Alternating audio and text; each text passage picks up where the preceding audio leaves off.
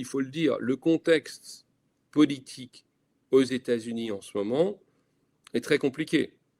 Parce qu'il y a une attaque sur l'université et il y a une énorme censure. Et il y a, il y a vraiment, comment dire, des attaques contre le savoir, contre les Lumières. Il y a des coupes de budget énormes parce que le gouvernement fédéral aide les universités américaines. Et aussi, il y a un contrôle politique très très fort. Donc, c'est un contexte plus difficile. Mais il s'agit de l'impérialisme français. Donc ça, c'est un plus. S'il s'agissait de l'impérialisme américain, ce serait plus difficile. Mais je pense qu'il y a des espaces qui s'ouvrent, il y a des universitaires américains qui seraient intéressés. Il s'agirait de renforcer ces liens. Et en même temps, beaucoup d'universitaires américains qui traitent de la francophonie sont donc liés à la France. Et là aussi, ça peut créer des blocages. Et je pense que c'est vis-à-vis de la langue anglaise que ça peut se passer. En tout cas, merci beaucoup pour cette parenthèse sur les libertés d'opinion, et aussi vous avez mentionné, je pense que c'est un peu fort quand on parle d'attaque sur l'université en termes d'opinion et d'expression. Merci pour cette parenthèse, c'est très très important et ça parle effectivement beaucoup aux Algériens parce que nous aussi en Algérie, on a l'impression que, entre guillemets, l'Algérie fait exception, alors que personnellement, je crois sincèrement que je peux dire beaucoup plus de choses en Algérie sérieuses qu'ici en Angleterre ou en Occident en général. Et j'ai beaucoup d'amis à travers le monde qui me disent la même chose. Voilà, d'abord, je voudrais vous rejoindre sur ce que vous disiez au niveau de la liberté d'expression. Moi, je ne peux pas parler au sujet de l'Algérie, même si j'ai pu avoir toutes les discussions que j'ai voulu avoir, bien sûr, mais encore une fois, je ne suis resté qu'une semaine.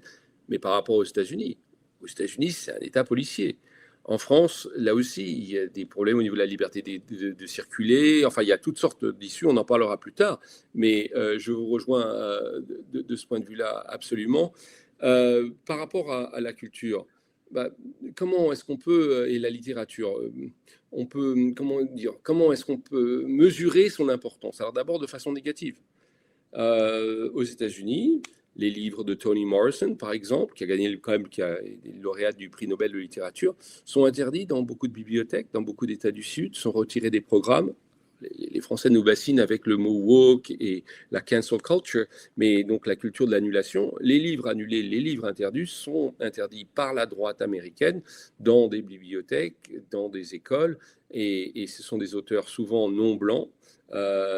Et donc il y a une censure, et donc cette censure nous prouve donc la force de la littérature.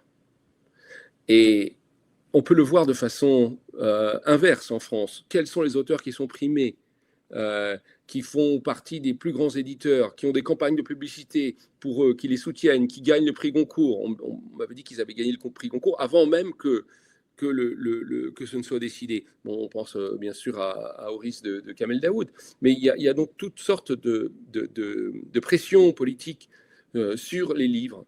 Et ça vient du fait qu'aussi, les livres, c'est une sorte enfin, la littérature, on la lit quand on est au lycée, au collège, et c'est très formateur, finalement. Et c'est très formateur, ça forme notre rapport au monde, notre imaginaire, il y a un écrivain qui disait finalement, quand vous lisez un livre, eh bien, c'est comme parler avec quelqu'un et l'écouter pendant 10 heures, 15 heures, le temps de lecture total. C'est beaucoup plus intime que finalement même des conversations avec ses meilleurs amis. C'est quelque chose de très profond, de très très fort. Donc les livres qu'on va pouvoir lire ou ne pas pouvoir lire, ça va aussi changer notre rapport au monde, notre sentiment de qui est égal, par exemple, qui est supérieur ou pas, nos sentiments, nos sensations de ce qui est normal ou pas, notre rapport au monde, ce qu'on s'imagine être la liberté et ce qu'on s'imagine être le déni de liberté. Donc vous imaginez, après avoir lu L'étranger, comment est-ce qu'on considère les Algériens? Comme des gens qui n'ont pas de nom, comme des gens qui ne parlent pas. Donc c'est une ce sont vraiment des lectures extrêmement importantes et il ne s'agit pas de ne pas les lire, mais il s'agit de les contextualiser.